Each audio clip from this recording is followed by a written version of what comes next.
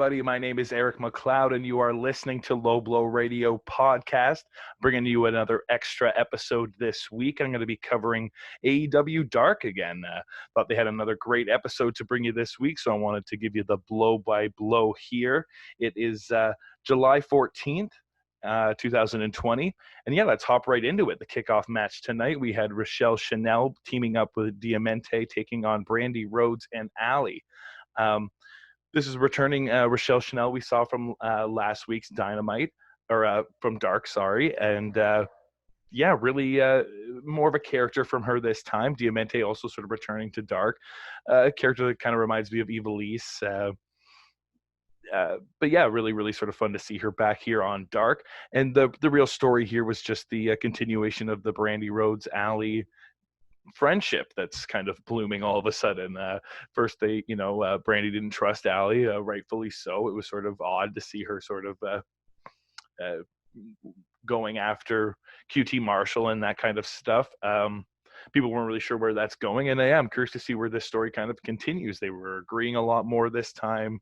Doing some tandem tag team moves together, tagging in and out very well, and Brandi picked up a big win with the spear. Allie even got the fist bump from Dustin. So curious to see what else happens between Brandi and Allie, and maybe we have to wait till QT is back to see the sort of conclusion of this, but curious to see what the end of it will be. I think she's much better off as this singles character than she was as the bunny gimmick with Butcher and the Blade, and I think they're better off singular as themselves as well. So yeah, I'm glad that they didn't need a breakup storyline either, that they just sort of have moved her character into this new type of persona, and then we'll have to wait and see what happens with her next. On the card, next we had the returning Robert Anthony taking on Ricky Starks. Ricky Starks becoming a new staple here on Dark. Excited to see him back on Dynamite eventually, but if this is a way for him to sort of rack up some wins against the Enhancement talent, that's not a bad thing either.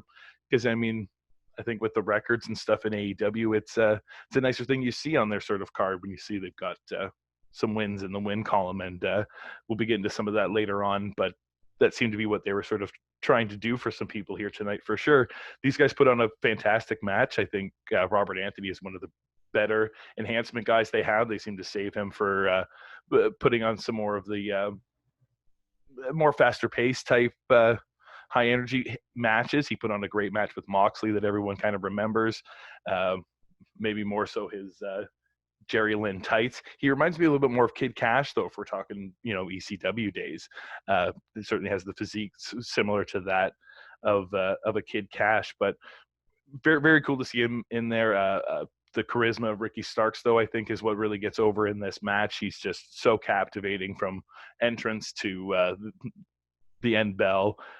Ricky Starks just really likes to put on a performance. He got the big win over Robert Anthony here, but I mean, one of the biggest spots in the match was Robert Anthony getting the Romero special and then doing it into a pancake, which just looks fantastic. Starks sold it like $1 million for him, so that was great to see.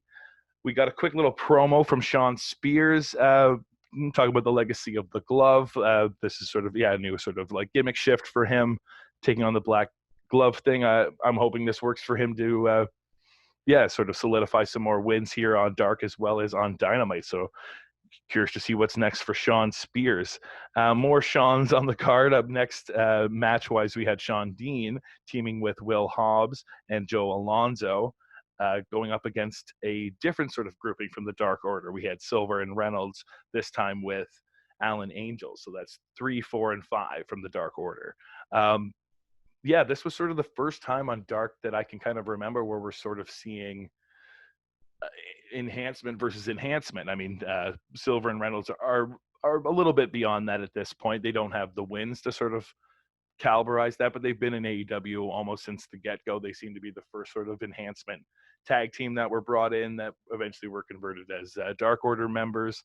But yeah, they're just slowly getting more and more momentum. If you're a fan of Being the Elite, Silver has been hilarious on there. Him and Reynolds trying to get people to join the Dark Order has just been hilarious. All the stuff with Orange Cassidy was just well worth a watch. Even this week, them trying to get Chris Statlander in is just, I'm curious to see more from Silver and Reynolds. In this match, he looked really good too. He reminded me of Matt Cross's character from Lucha Underground. I think it was Havoc or whatever, where he had the same sort of mask beard gimmick. If there was one thing I did have to say, I kind of wish all their masks matched a little better.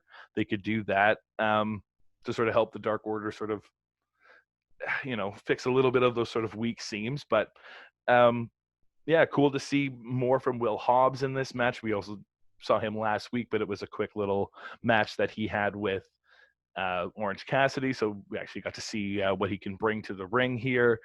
Joe Alonzo, again, just sort of pushing his Twitter and his Instagram, I guess. You're just looking to get some follows here. And hey, I mean, if you're an enhancement guy and you're featured in this way, why not try to rack up some follows? I get it. But I think the biggest thing to me was the fact that they were finally giving a big win to, not necessarily a big win, but a win in the win column to Silver and Reynolds and Alan Angel, especially here, who I would say is the breakout of the new sort of generation of enhancement guys, along with 10 in the Dark Order. But if he's injured right now, he's not able to compete. But no, Alan Angel's had a lot of really fantastic spots in here to sort of get him over as a strong member of the Dark Order.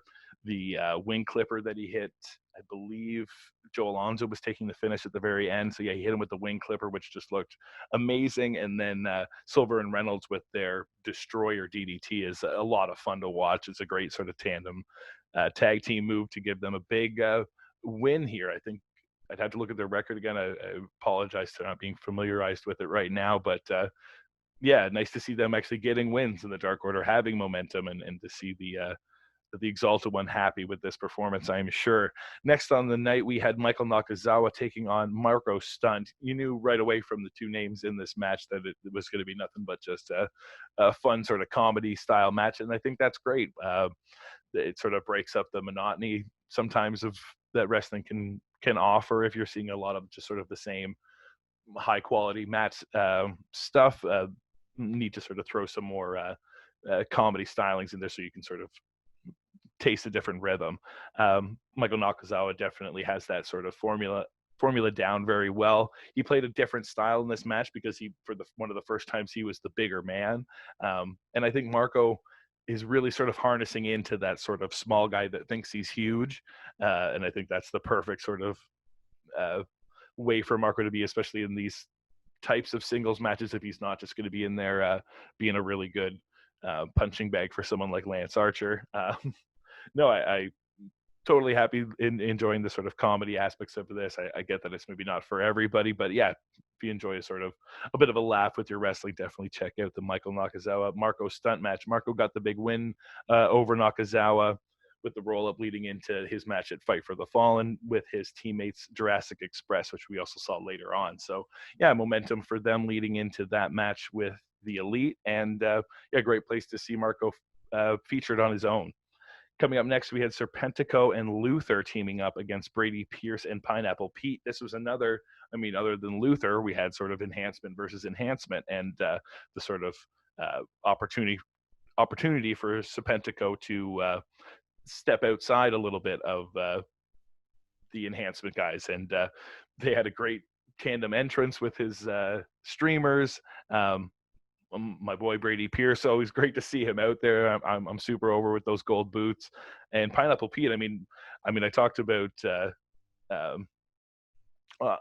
Austin Angels earlier being a standout. Pineapple Pete, even more a big standout from those new generation here of the enhancement guys, just fully laying into this new character that Jericho bestowed upon him, and why not, right?